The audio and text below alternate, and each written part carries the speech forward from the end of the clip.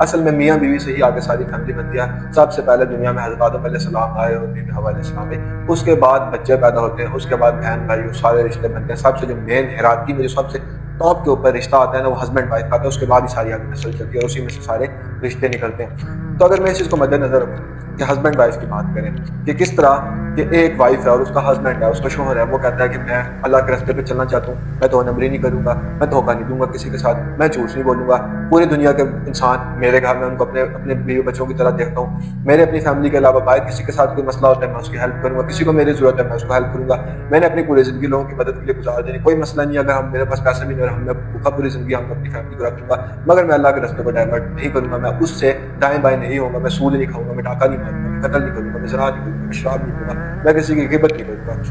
میں تفرقہ نہیں پھیلاؤں گا. مجھے کسی کی زندگی کے ساتھ کوئی واسطہ نہیں ہے کہ وہ اچھا کر رہے برا کر رہے, میرا کام اللہ کے راستے پہ چلنا اور لوگوں کو اللہ کے راستے کے اوپر لے کے آنا. مگر عورتیں یہاں پہ کیا کرتی ہیں, میں نے خود بھی آبزرو کیا, وہ کہتا ہے اگر اچھی روزی نہیں کما پا رہا, وہ کسی وجہ سے کوئی اس کی تنگی ہے, کوئی مسئلہ ہے, اس کو اچھی جاب نہیں مل پا رہی, کیونکہ آج کے دور کے اندر حق حلال پیسہ کمانا سب سے مشکل کام ہے. جو خواتین کو نہیں پتا وہ کس طرح کہ آپ جھوٹ بولے بغیر پیسہ نہیں کما سکتے, آپ دیانت دار ہو کے پیسہ نہیں کما سکتے,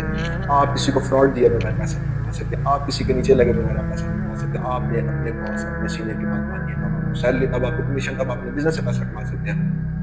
جو ایمان پہ چلنے والا مرد ہوتا ہے, جو مومن ہوتا ہے, وہ کہتا ہے بیگم میں یہ کام نہیں کروں گا, میں الگ راستے سے ڈائیورٹ نہیں ہوں, کوئی مسئلہ نہیں, ہماری پوری فیملی پوری زندگی بھوکی رہے, کوئی مسئلہ نہیں ہے. مگر میں عورت آگے سے اس کو کہتی ہے ہائے میرے بچوں کا کیا ہوگا, میرا کیا ہوگا, گھر کی بجلی کے بل کیسے پورے ہوں گے, گھر کا رینٹ کیسے پورا ہوگا, اور اگر اس کا اپنا بھی گھر ہے پھر بھی وہ بھی بات نکالے ہمارا کھانا کس طرح پورا ہوگا, میں نے تو یہ کپڑے لینے تھے, میں نے تو یہ بیگ لینے تھے, دیکھو میری دوستوں کے پاس یہ پیسہ ہے, میری سہیلیوں کے ہسبینڈ یہ کام کرتے ہیں, میری سہیلیوں کے ہسبینڈ کے بڑے بڑے بزنس ہیں, ان کی 4-4 لاکھ روپے سیلری, ان کی گاڑی تم دیکھو کتنی اچھی ہے, ان کا گھر تم دیکھو کتنا اچھا ہے, ان کے بچے دیکھو کتنے اچھے اسکول میں پڑھتے ہیں, انہوں نے دیکھو کیسے وہ کپڑے پہنتے ہیں, ان کی دیکھو کیٹرنگ کیسی ہے, ان کے گھر میں دیکھو فرنیچر کیسا ہے. مطلب اس نے کسی نہ کسی چیز سے ہسبینڈ کو جو لان تان کرتی ہے. دوسرے نمبر پہ وہ کہتا ہے وہ جو مومن ہے, وہ جو اس کا ہسبینڈ ہے, وہ زیادہ باہر لوگوں کی خدمت کرتا ہے, وہ کسی کو مشکل میں دیتا ہے, کسی کی ماں بہن بیٹی بھائی بچے باپ کو, کسی کو ان کی مدد کرتا ہے, کوئی اس سے پیسے مانگ لیتا ہے, بے شک اس کے پاس تھوڑی پیسے وہ اس کو دے دیتا ہے, کوئی اس سے کوئی گھر کی چیز مانگتا ہے کہ یار مجھے گھر میں سے کچھ چیز چاہیے, فار ایگزامپل اس کو موبائل کا چارجر چاہیے, اس کو گاڑی تھوڑی دیر کے لیے چاہیے, اس کو بائک تھوڑی دیر کے لیے چاہیے, اس کو گھر میں سے کوئی اور آئٹم چاہیے تھوڑی دیر کا استعمال کرنے کے لیے. بیگم کہے گی ہاں تمہیں میرے گھر کا سامان ہی ملا ہے, ہاں تم اپنے گھر کی ساری گاڑیاں, اپنے گھر کا پیسہ, اپنے گھر میں سے کوئی اپنے بچے کو تم اس کے کام کے لیے بھیج دو گے, تمہارا بچہ کا اس سے کم ہے, تمہارا بچہ کا اس کے بچے سے, تمہارا بچہ اس کو غلام ہے, تمہارا بچہ اتنا بڑا ہے, ہمارا اتنا بڑا ذات ہے, وہ کسی کا کام کیوں کرے گا جا کے, وہ نیچے لگنے والی بات ہے. اب یہ ساری چیزیں نا عورتوں کے اندر پائی جاتی ہے کہ وہ